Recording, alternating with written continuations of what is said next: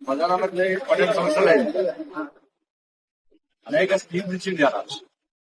మనలాంటి పేదల కోసం స్కీమ్స్ ఇచ్చేది. అవునా కదా? నరేంద్ర గారు నేను బియ్యం ఇస్తున్నాడు. నరేంద్ర గారు నేను రోడ్లు వేసాం. నరేంద్ర గారు ఇందులో గ్యాస్ ఇచ్చిండు. నరేంద్ర గారు ఇప్పుడు మన కన్వేర్ వరంగల్ రోడ్డు నరేంద్ర గారు ఇచ్చాడు.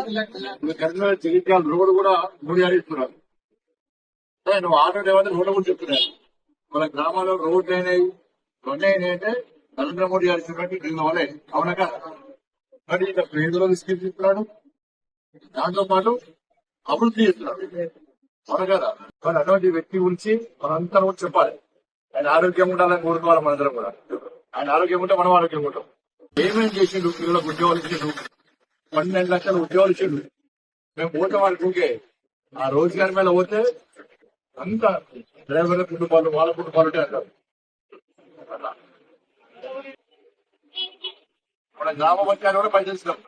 గ్రామ పంచాయతీ మున్సిపల్ కార్పొరేషన్ పనిచేసి మోడీ గారు మున్సిపాలిటీలకు పైసలు ఇచ్చిండు. అవునా కదా? ఇచ్చే పైసలు మొత్తము కేంద్ర ప్రభుత్వం పైసలు వస్తా ఉన్నాయి. నువ్వు రోజు కనీసం 100 మందికి వస్తావు రోజు.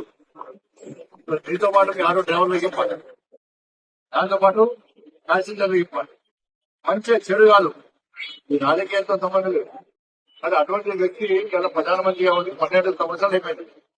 ఇలా 4,400 ఒక్క రోజు ఇవాళ ఇంతవరకు దేశంలో ఇన్ని రోజులు కంటిన్యూస్ గా ప్రధానమంత్రి ఎవరు లేరు.